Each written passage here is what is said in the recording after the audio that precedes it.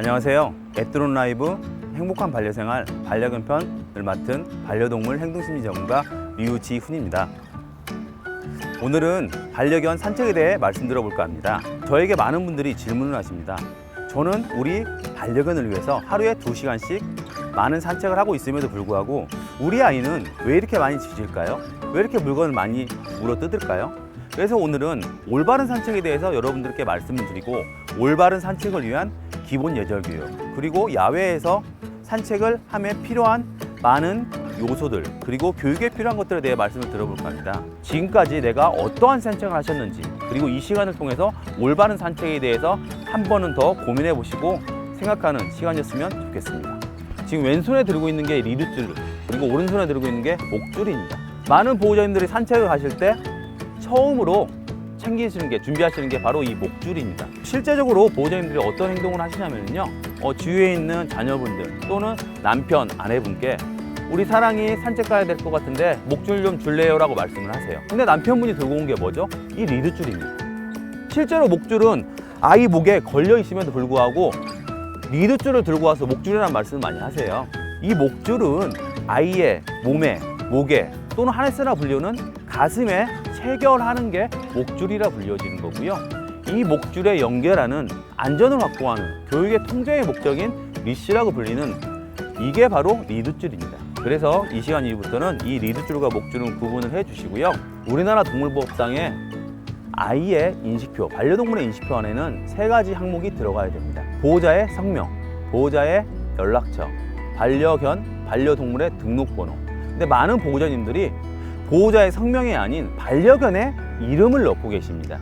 이 목줄의 역할 중에 하나가 인식표를 폐용할 수 있도록 하는 역할도 있죠. 산책을 하시기 전에 첫 번째 당면하는 문제가 이 목줄을 아이의 목에 체결하는 게 문제가 됩니다. 반려견의 목에 체결하는 과정에서 아이의 공격성에 의해서 손을 물리거나 아이가 반려견이 흥분에 의해서 2차적인 문제로 이어지는 사고들이 굉장히 많습니다. 그래서 처음으로 여러분들이 가정에서 하셔야 될 일은 이 목줄 친숙화 교육이 먼저 필요하세요.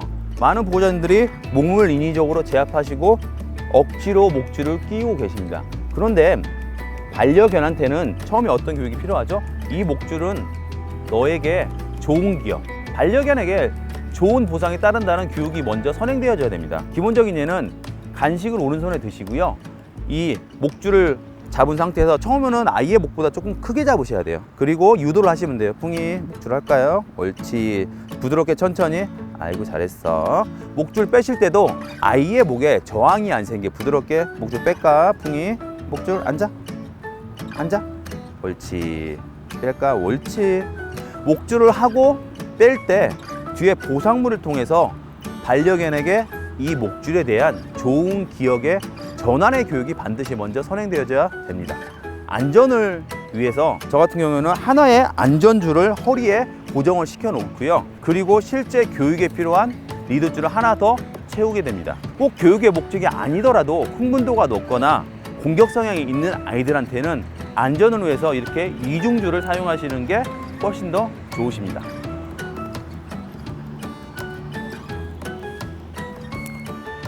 앞에서도 말씀드린 것처럼 흥분도가 높거나 공격 성향이 있는 아이들, 교육의 목적이 아니더라도 아이의 안전을 위해서 이중줄을 사용하시는 걸 권고해 드리고요. 저 같은 경우에는 뒤쪽에 하네스를 채운 다음에 이 고정줄을, 이 리드줄을 제 고정 거리에 하나 걸어서 혹시나 제가 메인 리드줄을 놓치게 되는 경우에도 이 고정의 리드줄에 의해서 아이의 안전을 확보할 수 있게 안전 조치를 취해 주십니다. 그리고 이 메인 리드줄은 항상 오른손에는 이 세이프티 락을 여기에 손에 걸어서 혹시나 왼손, 핸들링하는 왼손이 내 손에서 리드줄이 빠지더라도 이 오른손으로 안전을 확보해 주시는 거죠. 그래서 산책 교육에 있어서 가장 중요한 건 반려견의 안전입니다. 보호자가 항상 신경을 쓰셔야 되고요. 그래서 리드줄은 항상 오른손에는 세이프티 고리를 항상 걸어 주시고요. 왼손으로 리드줄을 컨트롤 해주시면 됩니다.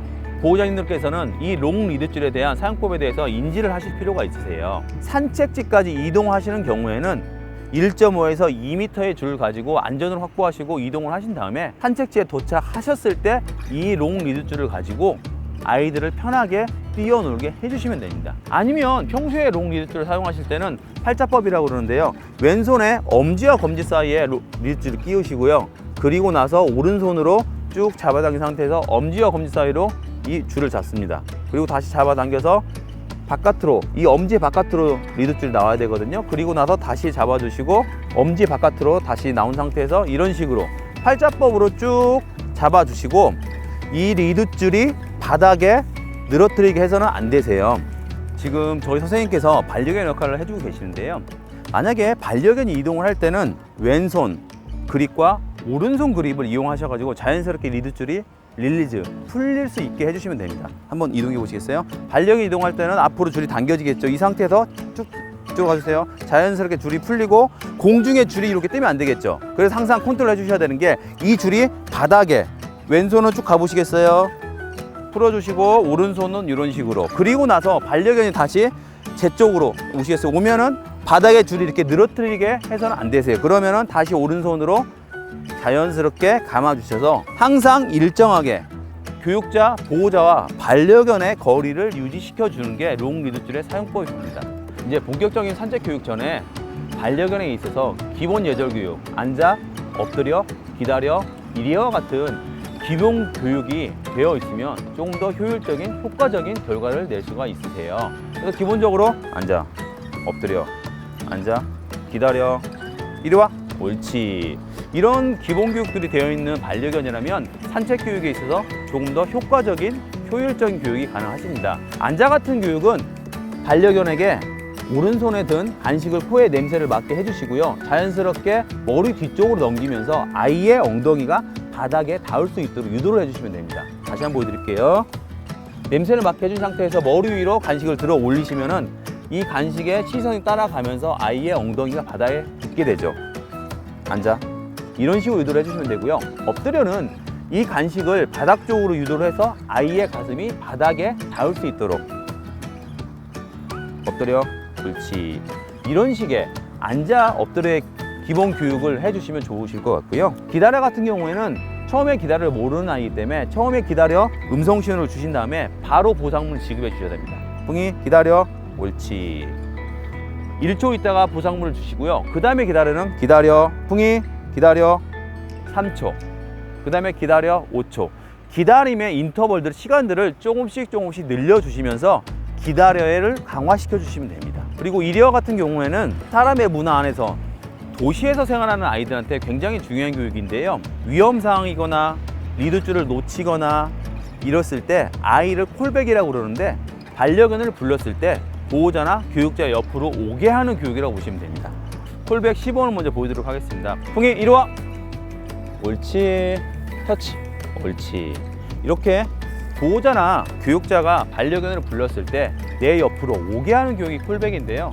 도심의 산책에 있어서 리드줄을 놓치거나 또는 위험 상황에서 반려견과 보호자가 멀어졌을 때 아이를 안전하게 내 옆으로 오게 하는 교육이 바로 콜백 교육입니다. 그럼 보호자들은 이 콜백 교육을 간단하게 집에서 하실 수 있으신 건 간식을 오른손에 주먹 안에 넣어 주시고요. 아이한테, 반려견 아이한테 간식을 냄새를 맡게 해주시고 주먹을 쥐시면 이 반려견이 이 간식을 먹기 위해서 다가서게 될 거예요. 그러면 아이의 코가 나의 손에 터치가 됐을 때 간식을 보상물로 주시면 됩니다. 보여드릴게요. 터치하면 주시고요. 그 다음에는 이 거리를 조금씩 넓혀 주시는 거예요. 반려견이 내 손을 터치했을 때 보상인 간식을 먹을 수 있다는 걸 인지하기 시작하면 거리를 조금씩 늘려가시면 됩니다. 한 뼘에서 시작해서 그 다음에는 2뼘 터치하면 주시고요. 그리고 3뼘으로 늘릴게요. 터치하면 주시고요. 거리를 조금씩, 그리고 터치하면 주시고요. 이런 과정을 통해서 아이가 보호자의 주먹을, 손을 터치했을 때 간식을 먹게 되는 걸 알게 됐을 때는 거리를 넓혀 가시고요. 이런 아이가 학습을 통해서 완전히 인지를 했을 때 입히시면 됩니다. 콜이라든지 이리와라든지 보여드릴게요. 이리와. 그러면 아이는 보호자의 손을 터치했을 때 내가 보상을 얻을 수 있구나라는 걸 알게 되고요. 이런 교육이 끝난 다음에, 그리고 나서 실제적으로 어느 정도 거리가 있는 상태에서 아이를 한번 불러보시면 돼요. 붕 이리와. 그럼 아이가 똑같이 제 손에 터치를 하게 되겠죠. 이런 과정을 통해서 콜백 교육을 하시면 되고요. 그래서 기본적인 야외 산책 전에 제가 앞에서 말씀드린 앉아, 엎드려, 기다려, 콜백 같은 이런 기본 예절 교육이 충분히 강화된 상태에서 밖에 산책 교육을 나가셔야만 아이의 안전을 확보하고 올바른 산책의 교육이 하실 수 있으십니다. 이제 본격적으로 산책 교육을 하실 건데요. 산책 교육에 있어서 가장 중요한 게 흥분 통제입니다. 많은 반려견들이 보호자가 손에 든 리드줄 또는 목줄에 대해서 흥분 반응을 하죠. 반려견들이 좋아하는 이 리드줄, 목줄이 아닌 반려견의 입장에서는 보호자가 리드줄을 손에 쥐었을 때, 목줄을 손에 쥐었을 때 연계되는, 이어지는 산책이 좋은 거죠. 그러면 이렇게 흥분한 상태로 산책을 가게 되면 사람과 맞닥뜨리고 타인, 타견에 대한 반응률이 훨씬 더 올라가게 됩니다.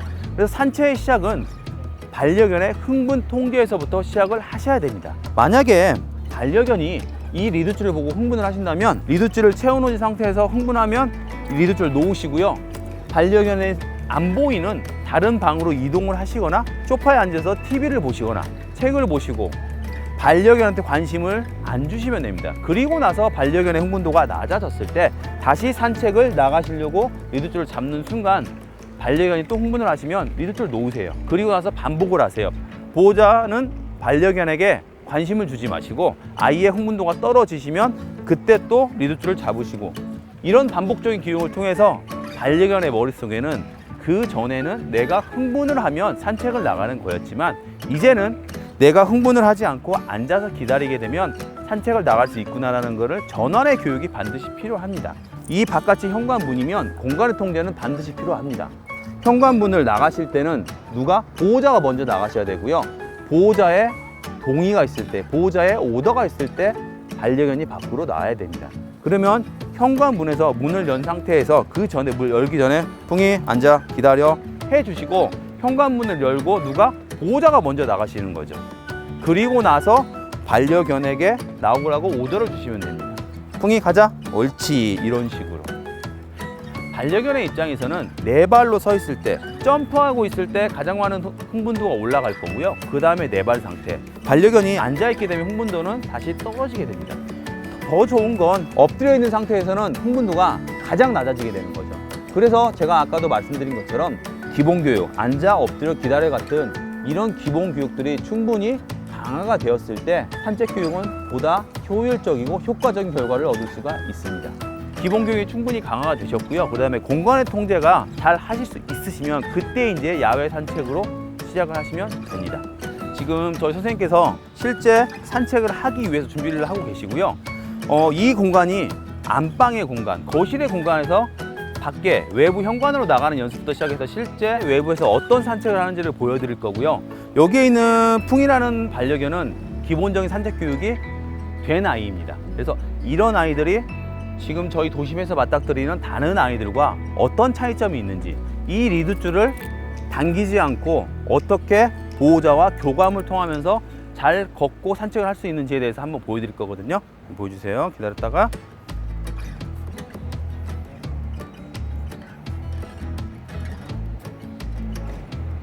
그죠? 지금 짧은 줄임에도 불구하고 반려견이 줄을 끌거나 당기고 또는 보호자가 아이의 목줄을, 리드줄을 당김 없이 상호 간의 교감을 통해서 상호 보호자도 그리고 반려견도 행복한 산책이 가능합니다.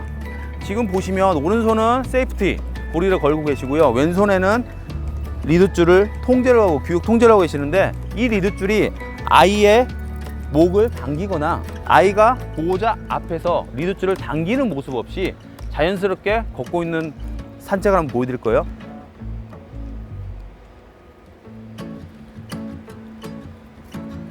실제적으로 도심에서 다른 타인과 만났을 때는 그 타인이 강아지를 무서워하는 사람일 수도 있고요. 알러지 반응이 있는 분일 수도 있으세요. 그러면 그 타인이 반려견의 옆을 지나가는 경우 보호자가 반드시 반려견을 통제를 통해서 타인한테 반응을 하지 않도록 하는 이런 기본 교육이 필요합니다. 제가 타인의 역할을 한번 해볼게요. 보호자가 앉아 기다려 통제를 해주실 거예요. 그리고 나면 제가 아이 옆으로 지나가도록 하겠습니다. 타인이 지나갔을 때도 반응을 하면 안 되죠. 그런데 일반적으로 반려견이 타인에 대해서 반응을 하면 이 공간에 보호자가 있으시는 게 좋으세요. 예를 들어 타인이 이쪽에서 걸어 오신다면 아이의 방향이 왼쪽이 아닌 오른쪽 방향에 두는 게 통제에 있어서 훨씬 더 유리합니다. 지금의 모습이 타인하고의 거리도 더 넓혀주고요. 조금 더 반려견에게도 안정감을 주는, 타인이 지나쳤을 때도 반려견이 반응을 하지 않는 이런 기본적인 교육들이 반드시 필요합니다. 일반적으로 보호자들이 가장 쉽게 접근할 수 있는, 쉽게 산책 교육을 할 수 있는 방법에 대해 말씀을 드릴 건데요. 야외로 나오게 되면 아이들의 시선은, 흥분도는 당연히, 왜?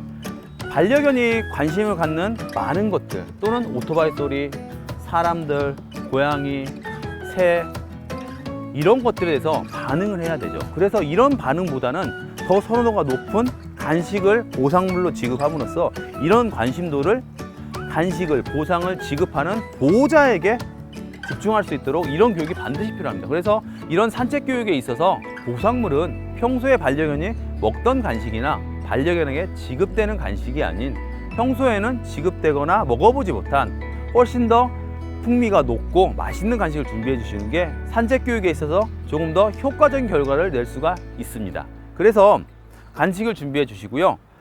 보호자가 지급하는 간식에 반려견이 관심을 가질 수 있도록 하면서 걷는 연습을 한번 보여드리도록 할게요. 해주세요. 가져서 보호자 옆에 따라왔을 때 아이한테 보상물을 주어 주시고요.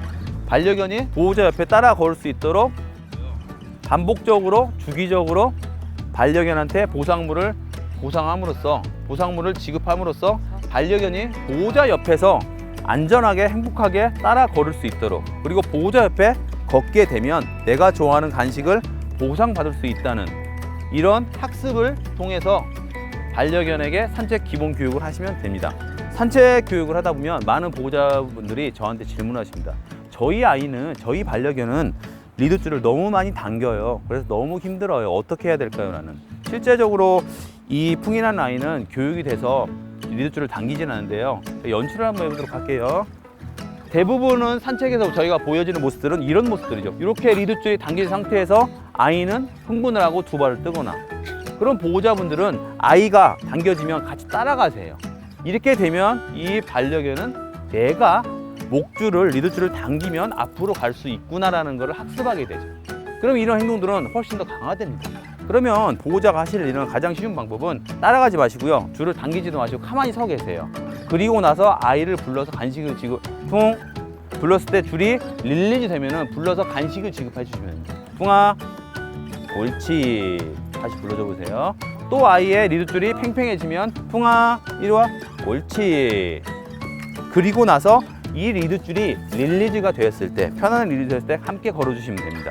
기존의 아이가 가졌던 생각은 줄이 당겨졌을 때 내가 리드줄을 당기면 내가 가고자 하는 방향으로 가는 걸로 학습이 된 아이가, 지금은 어떻게? 내가 줄이 팽팽해졌을 때는 안 가는 거죠. 가만히 서 계시면 돼요. 이거 풍아, 줄이 릴리즈 됐을 때 걸어가시면 됩니다. 이런 반복적인 교육을 통해서 기존에 가지고 있던 생각, 항상 내가 리드줄을 당겨야 됐었고 내 목에 스트레스를 받았던 게 이 줄이 여유롭게 된 상태에서 함께 걸을 수 있도록 교육을 해주시면 됩니다. 풍아, 이리 와, 옳지. 패티켓은 반려인만 지켜야 되는 에티켓이 아닌 반려인, 비반려인 모두가 지켜야 되는 에티켓입니다. 펫과 에티켓의 합성어인 패티켓은 반려견이 사람의 문화 안으로 들어와서 함께 생활하면서 반드시 지켜야 돼. 타인과 타견한테 피해를 주지 않도록 지켜야 되는 매너라고 보시면 됩니다. 사람처럼 인지적 사고 능력이 없는 반려견을 대신해서 보호자가 반드시 해 주셔야 되는 거고요. 보호자인 반려인뿐만이 아닌 반려견과 함께 생활하지 않는 비반려인 또한 패티켓을 지켜주셔야 됩니다. 가장 첫 번째 하실 일, 아시겠지만 목줄과 리드줄은 보호자의 안전 또는 타견과 타인의 안전을 위해서 반드시 해 주셔야 되고요. 아까 제가 말씀드린 것처럼 일부 흥분도가 높거나 공격 성향이 있는 또는 중대형 견일수록 이중 리드줄을 통해서 안전을 확보해 주시는 게 굉장히 중요합니다. 그리고 두 번째, 산책 전에는 반드시 준비할 게 있으시죠. 동물보호법상에 외출 시에 회용해야 되는 인식표. 인식표 안에 아까 말씀드린 것처럼 보호자의 성명, 보호자의 연락처, 아이의 등록번호가 들어가 있어야 됩니다. 그리고 배변 봉투.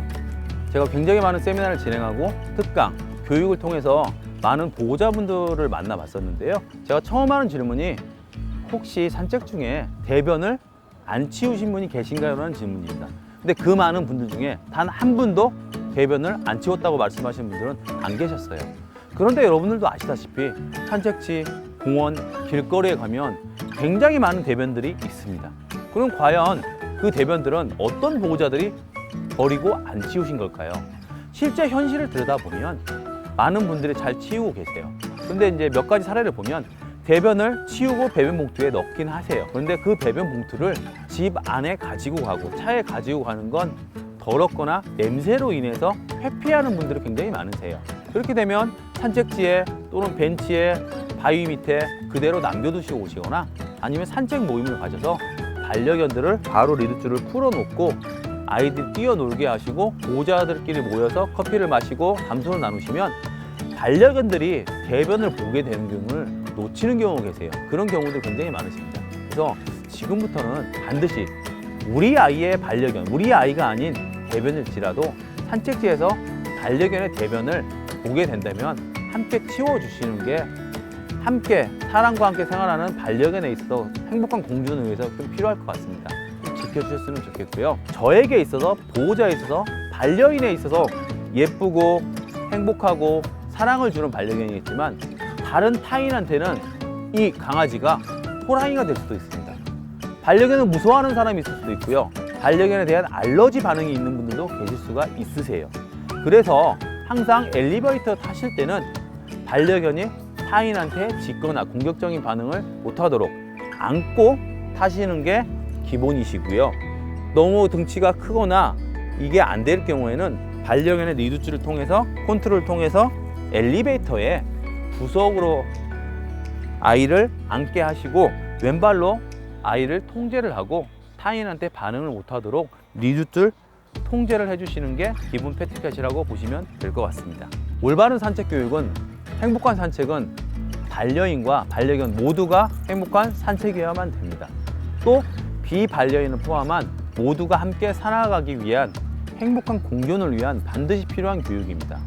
그래서 진정으로 반려견이 행복하기를 원하신다면 지금까지 했던 산책들이 진정으로 올바른 산책이었는지 그리고 반려견을 위한 산책이 무엇인지에 대해서 한 번 더 고민을 해보셨으면 하고요. 앞으로는 보호자와 반려견 모두가 행복한 산책을 위해서 많은 보호자들이 아니 모든 보호자분들이 꼭 노력을 하셨으면 좋겠습니다.